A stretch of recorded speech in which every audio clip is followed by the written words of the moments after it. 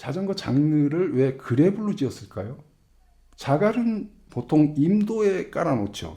그래서 그래블이 탄생한 거는요, 처음 의도가 그건 거예요. 임도에 최적화된 자전거라는 거죠. 왜 MTB라고 안 했을까요? 홈로에서 타라며. 도로도 다니기 좋다며. 그리고 왜 로드라고 안 했을까요? 로드는 이미 있고 MTB도 이미 있고 하니까 그냥 새로운 이름을 정했을까요? 세미 MTB, 세미 로드 이렇게 해도 되잖아. 근데 굳이 자갈이라는 표현을 쓴 거는요, 새로운 장르예요. 새로운 장르. 그러니까 로드도 어느 정도 수용할 수 있고 마운틴 바이크 라이딩도 어느 정도 수용 가능한 다재다능한 자갈 인도용이라는 거지. 그래서 대부분의 그래블 자전거는 드롭바를 채용하고 있어요. 드롭바를 다른 순간 이거는 장거리에 최적화된 자전거가 되는 거예요. 장거리가 필요 없는 자전거에는 드롭바는 뻘짓이야. 왜? 불편하거든. 단거리에서는. 험로에서는 말할 것도 없고. 그래서 그래블을 자랑하는 애들 보면은 막 산악 자전거 탄 경력이 길어가지고 어지간한 뭐 묘기도 부리면서 막 싱글길 내려오는 거 그런 거 자랑하고 그러잖아요. 그러니까 나도 어느 정도 타면은 대충 저 산에서 탈 수 있는 자전거가 그래블 자전거 아닌가? 도로도 어느 정도 다니면서 완전히 만능 자전거 아닌가? 이런 의식을 갖게 돼요. 이 완벽한 착각이야. 걔들은 아무리 잘 타는 애들도 연출된 경우가 많고 진짜 힘든 게 제가 MTB 경력이 아예 없는 사람이 아니에요. 한 6개월 동안 환자처럼 탔어. 예, 자출사에 MTB 풀코스 모임이 있으면은 거의 6개월 동안 거의 계속 참석했을 정도로 자출사에 내 얼굴 아는 사람 있을 거야. 그 정도로 아주 잘 타지는 못하지만은 중급이라는 소리 듣는 사람들을 쫓아갈 수준은 돼. 그 정도 수준에서도 이 그래블러는 산길 타는 거 힘들어요. 못 타. 잠깐은 탈 수 있어. 왜 그러냐면 드롭바 때문이야. 드롭바는요, 이 고운 길에서는 브레이크 잡는데 아무 부담이 없어. 그리고 파지하는데 별다른 힘이 들지 않아. 오히려 이게 훨씬 편해. 여기 잡았다, 여기 잡았다 하면서 부담을 분담할 수 있으니까. 그런데 여기를 잡고 험로에서 브레이킹을 자유자재로 구사한다? 여기를 잡고 자유자재로 구사한다? 버티는 것도 힘들어. 왜? 내리막 갈 때 막 우당투당 하면서 하는데 여기에 버티고 여기에 버티면서 미세한 브레이킹? MTB를 타면 얼마나 섬세한 브레이킹이 필요합니까? 그리고 또 내리막에 거친 내리막을 내려갈 때는 뭐 45도 각도에 막 이 돌멩이 막 삐죽삐죽 튀어나온 데도 있는데 그런 데서는 C백도 해야 돼. 이렇게 이런 자세도 나와야 돼. 이렇게 해가지고 드롭바가 무슨 유익을 줍니까? 그리고 이 드롭바를 다는 순간 피팅을 갖다가 페달링에 최적화해요. 안장 높이가 MTB 바이킹보다 좀 높아. 근데다가 MTB 바이크는 또 다운힐 즐기는 분들은 여기에다 가변 C버스트를 써가지고 C백 편하도록 여기서 조정해가지고 툭 내려갔다가 탁 누르면 톡 올라오게 자기가 세팅한 값으로 그런 장치도 한다고. 그런데 그런 장치들을 해봐요. 여기에 뭐 퓨처삭이라든지 뭐 네프티샥이라든지 이런 거 달아놓고 산에서 어느 정도 탄다고 생각해봐. 그마저도 드롭바 때문에 나가리라니까. 너무너무 힘들어. 그거는 즐기는 게 아니고 그냥 고역이야, 고역. 근데 그 고역을 좀 감쇄시키고자 뭐 여기에 무슨 샥 그냥 MTB스러운 샥 따면은 이 드롭바하고 안 어울리니까 뭐 캐논데일의 레프티 샥 뭐 이래가지고 뭡니까 스페셜라이즈되는 뭐 여기에 뭐 이렇게 해가지고 뭐 퓨처삭이 있네 어쩌니 막 이런 것들을 하는데 다 쓸모없는 일이야. 드롭바가 달렸잖아. 로드를 더 많이 타는 자전거가 그래블이라고. 왜? 드롭바가 달렸잖아. 드롭바를 플랫바로 단 그래블이면 내가 아무 말 안 해.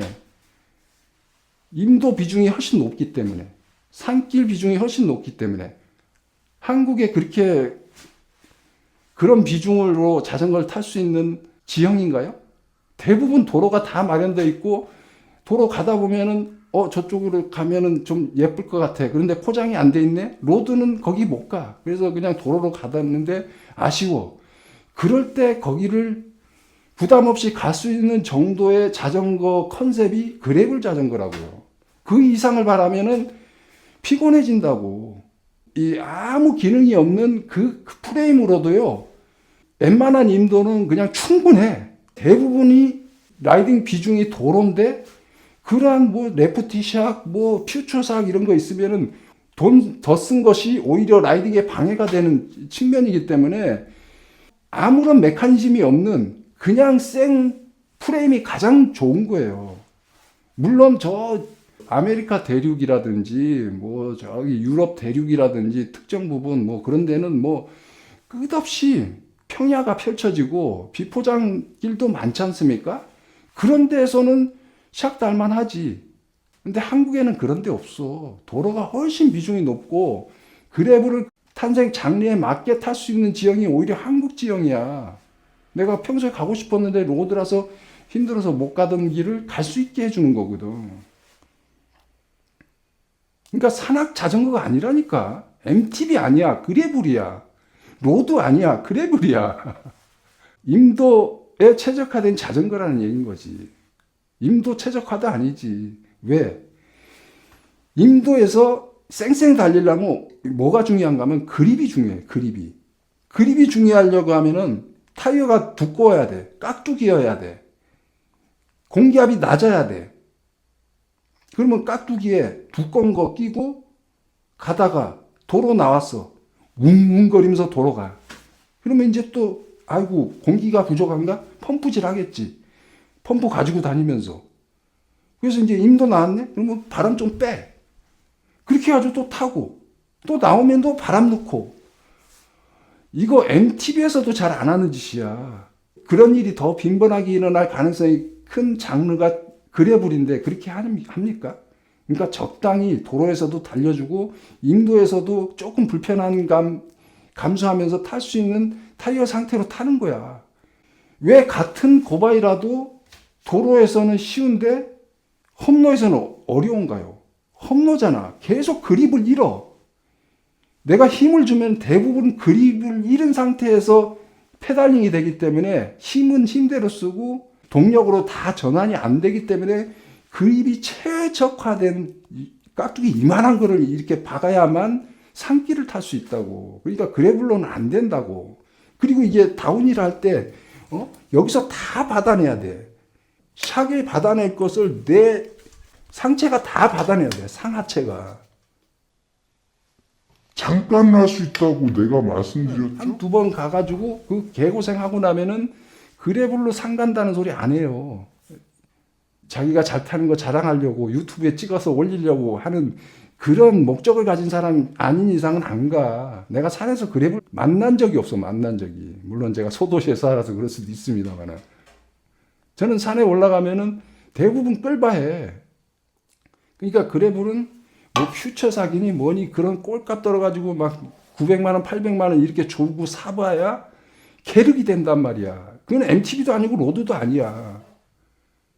그냥 생 프레임이면은 MTB도 어느 정도 가능, 로드도 어느 정도 가능해.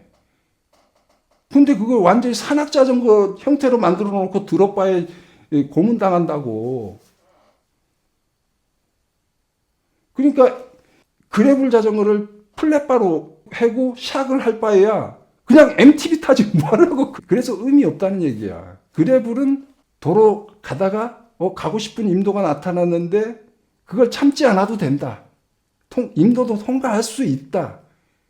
MTB만큼 쌩쌩 달릴 수 있다가 아니고 갈 수 있다 수준으로 생각하시면 된다는 얘기인 거예요.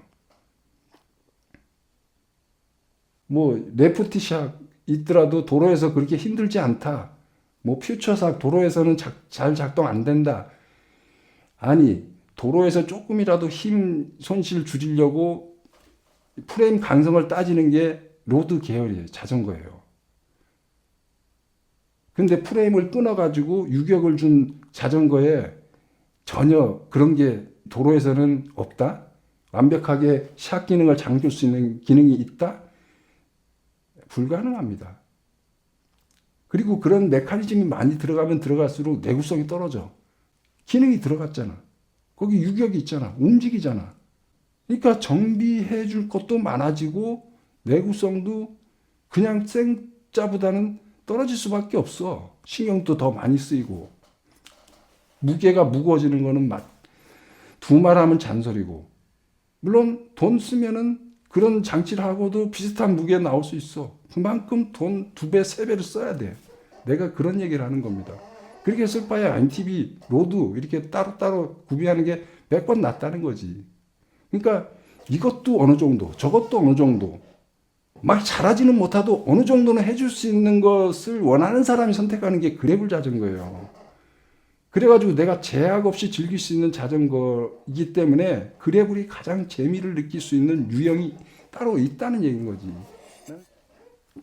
그래서 제가 며칠 전에 스피드스터 그래블 20 그 자전거를 아주 극찬하면서 자랑했지 않습니까? 프레임에 어떠한 장치도 없어. 그냥 튼튼하게 만들었을 뿐이야. 근데 왜 그래블인데 MTB보다 더 우람한 헤드셋에 더 강성이 강한 스티어러 튜브를 거기다 장착했을까요? 걔는 샥의 도움도 없고 온전히 모든 충격을 헤드셋에서 다 감당을 해내야 돼. 그래서 그 어떠한 충격에도 지가 굳건히 버텨야 되는 거야. 그 버텨주는 강도가 나를 감동시켰다고. 그러니까 만약에 경량 힐에는 보통 하중 제한이 있어요. 거기에 뭐 100kg 제한이 걸렸다. 근데 내가 몸무게가 90kg야. 그러면은 마진이 10kg밖에 안 되잖아. 강한 충격이면은 마진 넘어갈 수 있어. 이거는 되게 불안해. 뭐 어떤 일이 벌어지지는 않더라도. 근데 만약에 하중 제한이 200kg다. 근데 내가 70kg다. 그러면 마진이 어마어마하게 크잖아. 걱정할 필요가 없는 거야. 그런 느낌인 거야. 스캇의 그래블 자전거는 여유 마진이 엄청나가지고 여유가 어딘지도 모를 만큼의 안정감을 가지고 있다고. 그러니까 가장 튼튼해야 될 헤드셋 구조를 필요한 게 그래블이거든요. 물론 캐논데일처럼 레프티 샥 이렇게 해가지고 그래블에다 그 꼴값질을 하면은 불필요할 수도 있겠지만은. 근데 대부분은 딱딱한 포크 구조의 로드 규격의 헤드셋을 쓴다고. 그래서 좀 불안하다는 얘기인 거지. 덜컹덜컹 하면서 브레이크 잡아봐. 왜 덜컹덜컹할 때 가급적인 브레이크를 쓰지 마라 그럽니까? 그때 쓸 때는 브레이크 잡은 상태에서 쓰면 충격이 기하급수적으로 더 커지거든.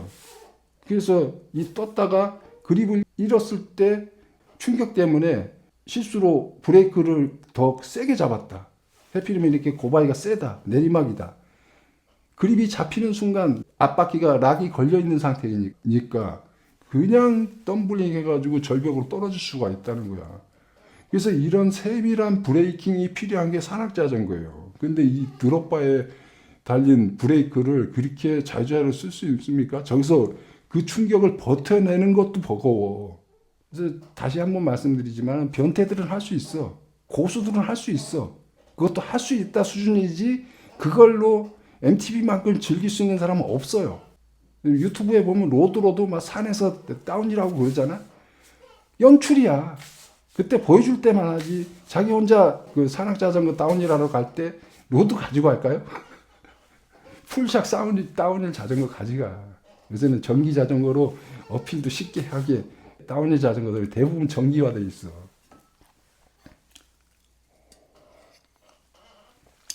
그래서 그래블 자전거는 산악에 전혀 효율적인 힘을 발휘하지 못한다. 임도 이상은 힘들다. 아예 갈 생각을 안 하는 게 낫다. 재미로 타는 게 자전거인데 개고생하다가 그날 일정 망친다.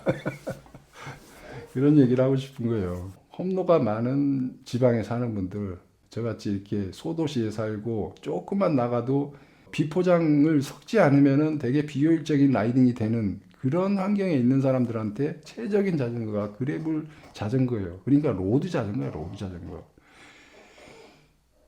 험로를 달릴 수 있는 로드 자전거라고. 거길 자꾸 이 MTB에 대입을 하는 순간 뻘짓을 하게 돼. 운동도 재밌어야 되는 거예요. 운동은 좀 힘들어야 되지 않냐 이렇게 하지만은 힘듦이 지나치면은요 노동이 돼. 그래서 그래블로 싱글 라이딩을 한다는 건 중노동이야. 레저가 아니고.